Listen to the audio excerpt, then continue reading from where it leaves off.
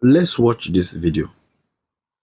Maybe because some Americans, this group of Americans that predicted that Nigeria was going to integrate within that period. So whether people were working to ensure that their prediction manifests, I don't know. But there was a significant show of interest. American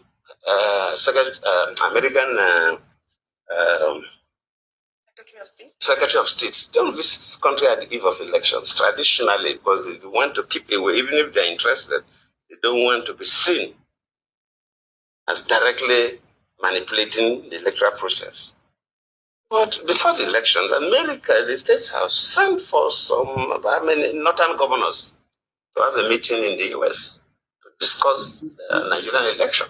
And of course, Nigerian election, we have North and South divide, Christian Muslim divide. They invited the northern governors that are Muslims. The Christians were not invited to the US. So now, you see, some of us will not understand the sacrifice that Jonathan paid. He will not understand what he went through while as a president. Now, at this point, you see that, and that is why, some persons keep saying it, that even what is going on with the level of insecurity that is happening in this country, there is no doubt that these guys might have hands in it. Yes, they might have hands in it. The high level of insecurity, the Boko Haram and insurgent that has refused to stop ever since he left office. Let's just keep watching and hear how he's going to expose. In fact, just watch this video. You will appreciate Jonathan. And the Secretary of State came directly to the country to have various meetings.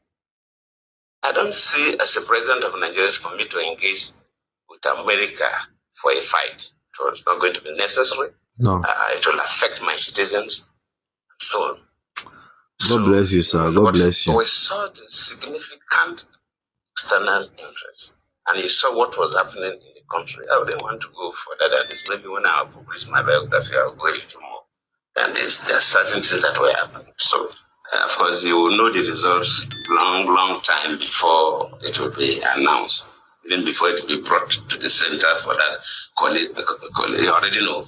And that is why these days, even the last election in Ghana, the vice president congratulated Mahama even before, because you know their results and so on. So he knew where they were going, and I know that the country was tense. I know maybe because of the statements made by Buhari himself when he said both the baboon and the dog will be soaked in blood. You can imagine such statements. We have kind of mobilized to the level of frenzy to cause maximum violence if people don't get what they want. People were announcing, okay, they will run a parallel government and so on. But those doesn't bother me. But since I was the president of the country, and I also know that even in the Niger Delta, people were also ready to fight back, even though there are not many. But I know they could cause maximum damage because if the Niger Delta people are going to fight, instead of fight, they will not fight human beings, they will fight oil installations. And it will cause maximum damage to the country, which I don't think it was. So from within that period, a lot of things were going through my head. The brain process so many things per second. And until you are into that kind of a situation, then you know how many things get through your brain every second. And I reflected back. As a president, I worked with a very strong economic team. People like Ngozi, who was the finance minister and the coordinating minister of the economy, Aganga, who was the trade and investment minister, the Dr. who was doing very well in agriculture. So we have done very well. We encourage people to come and invest in the country. And Nigeria was the number one country for foreign direct investment in Africa then. And our economy was. So when I have encouraged people, in most cases, when Aganga make arrangements, when we travel, I used to address investors before I hand over to him. So my face was seen as the face driving the economy of the country. And I looked through that. If we have maximum crisis, all these people that have encouraged to come and invest in Nigeria, they will lose their money and so on. Besides the fact that people will die. In fact, I had in a good authority how so many houses in Abuja would have been burnt if things have gone a particular way. But even if Very I had true, won the very election correct. genuinely, yes, I had no problem. But since they manipulated the process and they are announcing figures that I was the president of the country, I'm not the one to doubt the result of INEC that I appointed the people. So it will look silly for me because I appointed the people. So I said, well, it is my fault. So I will not want the country and investors to suffer.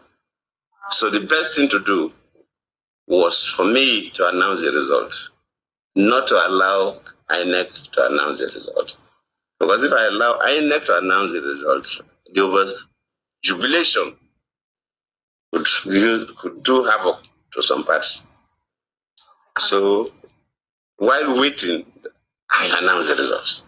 That was why I made a friend call. It was to announce the result, even though they were still collecting.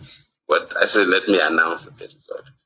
And I remember that day in the sitting room, I was there. I know Minister Ngozi was there. Some ministers were there. Some of my aides were there. People were talking. The way things are going, the different options. But I was just listening because as the head of state then, I was more interested in the security of the country. I was not too much interested about the fate of Jonathan after the election. That was it didn't bother me that much. But how will Nigeria still be peaceful After the election. until the next government take over? So I didn't participate in the conversation that much. But people were saying different things. People were saying different things, but I was listening. Then at the time, I just left them. Then I just moved into my study, which is opens to the other part of the city room. I didn't tell anybody. I just stood up, and then I called Buhari. So when I came back, they were still talking. Then I said, "Gentlemen and young ladies, look, it's over. I've congratulated Buhari." Wow. They just say, "Have you congratulated?" I said, "Yes." So the talking should end. So one of my ministers then was there, Chidoka Osita. He was the Minister of Aviation then. And I said, "Okay, you've congratulated Buhari." I said, "Yes." "Okay, can I tweet it?" I said, "Okay, go on." And so he was the person who tweeted it. So immediately he tweeted it, it went viral. Then, of course, so I announced the result. It was better for me that I took the responsibility of announcing the result to make sure that nobody should do excessive celebration. Well, you have heard it. You see, so I keep telling people, you see these politicians, some of them can be very, very mean. We will not understand the sacrifice that this man has paid. Jonathan, God bless you very, very well, wherever you are. You are a hero. You are a leader. This is a heart and a spirit of a leader. Selfless. He does not care about what happens. A lot of person doesn't mind. Even if everybody in the country has to buy, let everybody buy. They will have their way. A lot of politicians, even in this regime, will do that. Thank God for the kind of heart that you have. In fact, I will tell you that that single act saved Nigeria, saved a whole lot of souls in different states, not just in Abuja, but in the north and in the south, in the south. It saved a whole lot. In fact, many people can attest to it.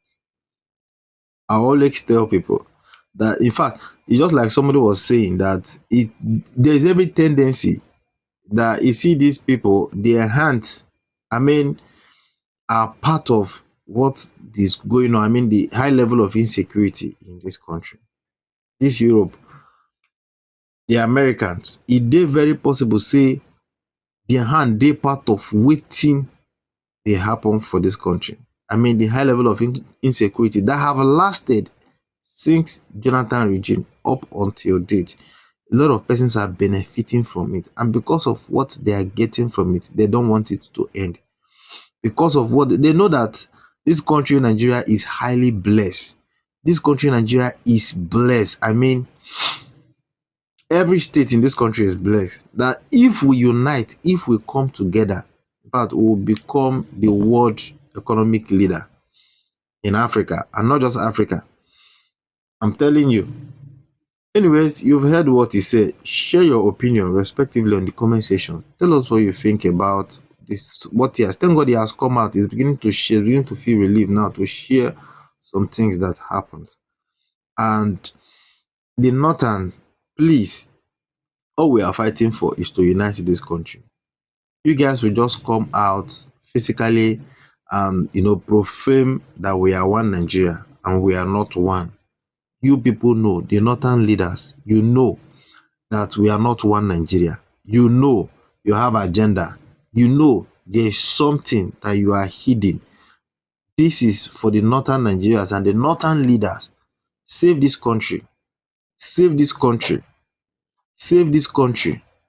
God will help us. Thank you very much. Please help us to subscribe and to share this video. Subscribe to this channel to help us to continue to bring you more updates. Thank you. See you in the next video. So that's what happened, my young lady.